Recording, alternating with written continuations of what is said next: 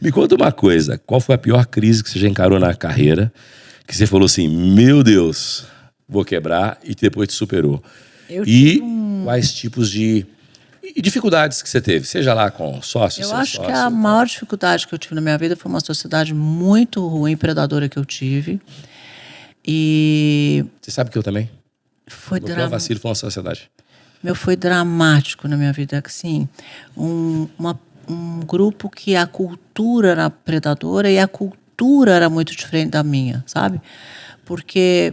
nada contra do mercado financeiro, mas as pessoas do mercado financeiro têm uma rapidez de fazer dinheiro, um olhar para fazer dinheiro muito diferente de quem cria marca, quem cria produto, quem cria negócio.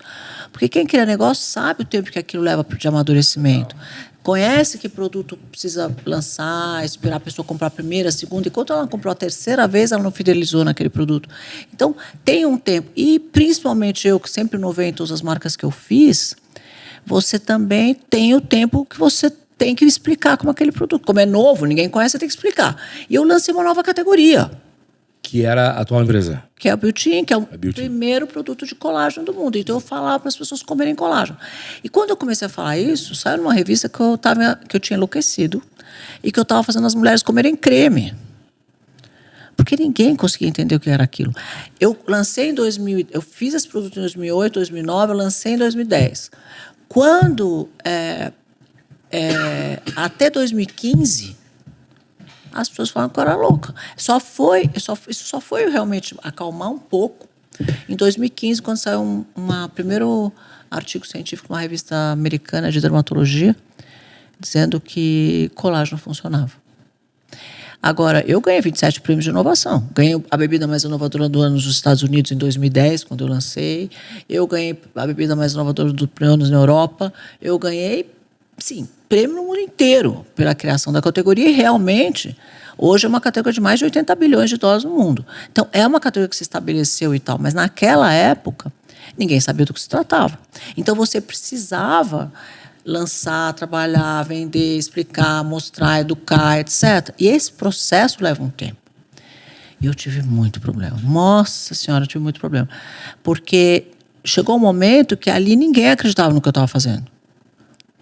Então, foi muito difícil, porque eu tive 10 anos de muita dificuldade mesmo.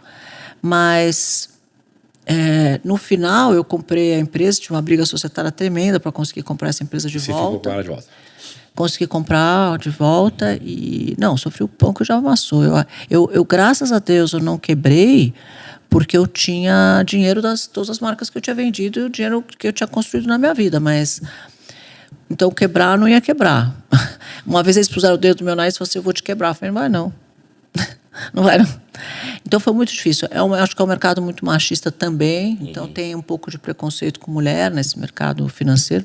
Outro dia foi tão engraçado. Eu fui fazer uma palestra naquele evento da XP, né, que é um evento maravilhoso. Lá no AMB. Acho que é AMB, não é? Sei lá. Não, Centro-Norte, não sei.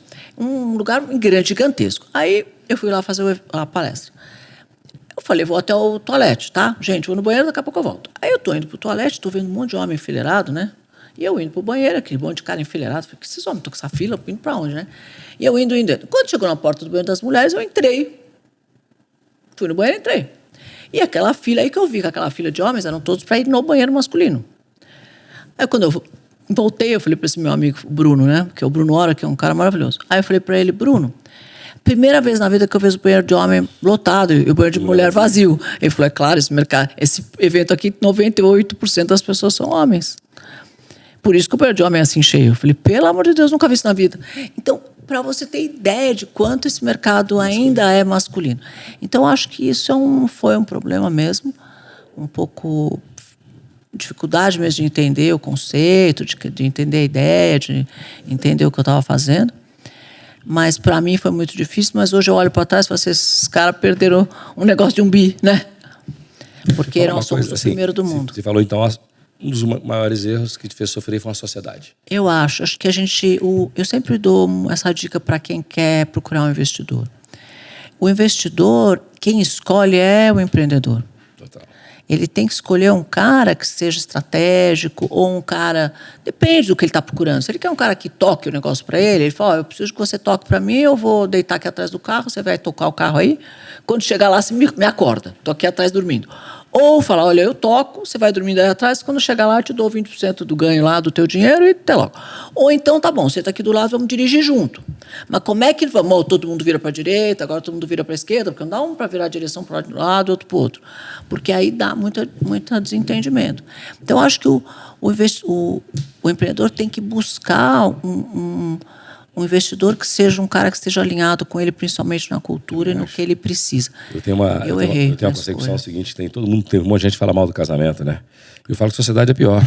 Porque no casamento, pelo menos, tu transa e beija. Na sociedade, não. Pelo menos não deveria. Né?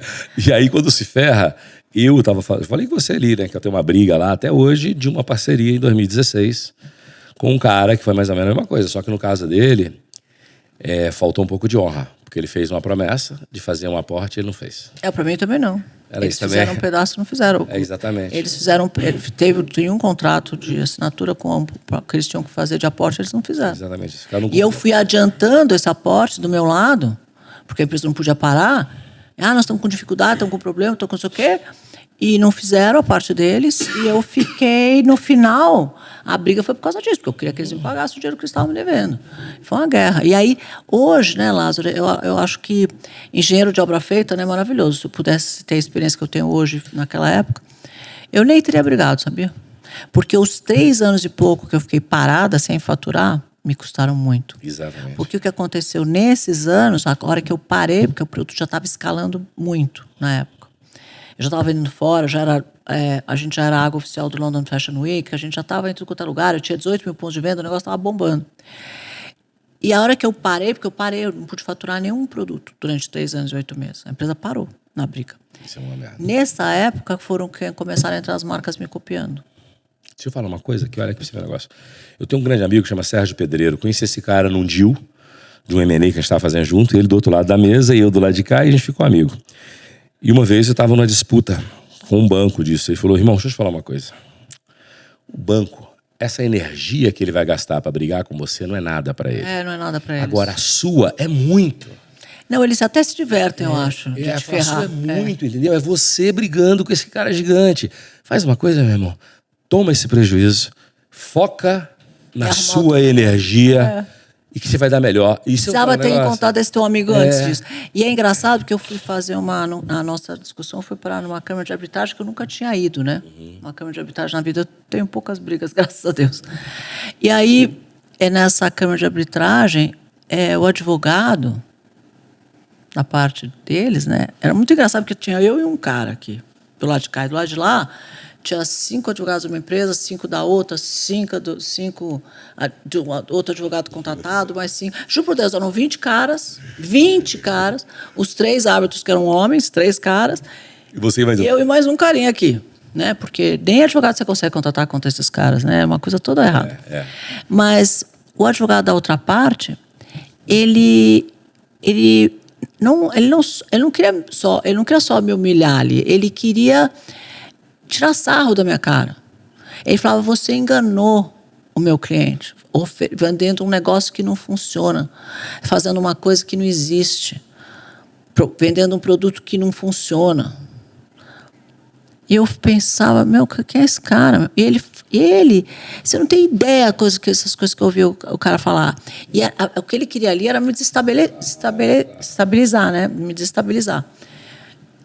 E a forma desrespeitosa e humilhante que ele me tratava ali, eram assim, 20 caras do outro lado, 3 aqui, um advogado meu que era homem. E eu, né? Eu era a única mulher naquela sala. E eu pensava, gente, isso aqui é a maior violência que pode existir. Como é que alguém permite que as coisas sejam feitas desse jeito?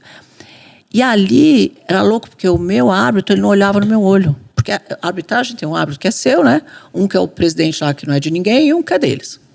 E esses árbitros nem juiz são, né? Tudo advogado. Então também já é esquisito, porque você tem um juiz te julgando que não é juiz, que é advogado e que já provavelmente já advogou para esse cara em algum momento.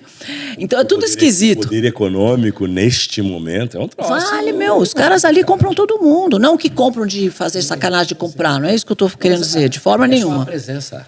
Não, é que em algum momento aqueles advogados já prestaram serviço para essas pessoas em algum momento. Interesse de prestar. Ou tem interesse de prestar, porque essas pessoas estão ali na Câmara de Arbitragem toda hora, e eu nunca tinha nem ido lá, então eu não era cliente dessas pessoas e nunca seria mais. E eles eram clientes sempre. Então, por que eu vou agradar o meu cliente? Todo mundo quer agradar um cliente, né? Então, eu não estou falando para você que existiu coisa errada, não é isso em nenhum momento. O que eu quero dizer o sistema é todo meio esquisito, a forma como essas câmaras de arbitragem funcionam, né? Pelo menos na minha opinião. Porque é todo esquisito. E aí, eu olhava aquele cara me humilhando e todo mundo achando normal. Todo mundo em silêncio, achando, não, tudo bem, tudo certo. E ele falava, você enganou a gente, esse produto não existe. Você conseguiu tirar dinheiro da gente vendendo uma coisa que era uma enganação. Uma coisa que você inventou da sua cabeça, isso aí não funciona. Caraca. Bala que deixa jovem, colágeno que vai fazer bem, isso não existe. E eu ouvia aquilo e falava, faço o que com esse cara? Porque não tem o que fazer. Ainda mais no lugar também, né? No ambiente. Não tem o que fazer. Aí tudo bem. Aí, no final, eu tinha assim, um caminhão de provas. Um caminhão. No final, ele falou assim, você era CEO, você devia saber o que estava acontecendo. Foi o resultado deles. Eu falei, tá bom. Aí, bom, resumindo, essa história foi traumática, assim, me fez muito, muito, muito mal. Eu passei alguns anos Digerindo. gerindo. Olha que eu sou antifrágil, mas essa daí demorou para eu digerir, porque foi muito sofrido. Porque quando eu saí dessa confusão, para recomeçar, tinha um monte de marcas usando a minha marca. Usando a minha imagem, usando o meu produto, usando a minha marca, usando a minha imagem para vender produto de outros. E eu falava, e agora? E eu não tinha dinheiro nem para brigar com esses caras.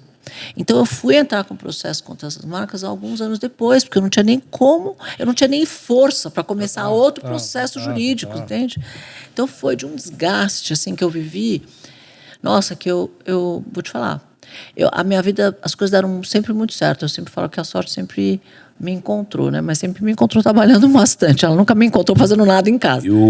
Mas a minha vida, as coisas deram certo, sabe? Lázaro, deram trabalho, foi difícil, eu tive que fazer muita coisa, passei por muito plano econômico, passei por muita coisa, né? Talvez eu tenha sido uma das primeiras mulheres a ter essa posição que eu tive, ter um monte de presa nas costas, etc. Mas essa experiência que eu vivi, às vezes eu pergunto, eu sempre falo, né? Por que Deus faz as coisas para nós? Porque Ele faz para nós, né? Ele faz para a gente aprender alguma coisa. Mas até hoje eu pergunto, Deus, para que será que você fez isso para mim? Porque tem muitas coisas que eu entendi por que Ele fez, mas essa até hoje eu não entendi, porque foi muito sofrido.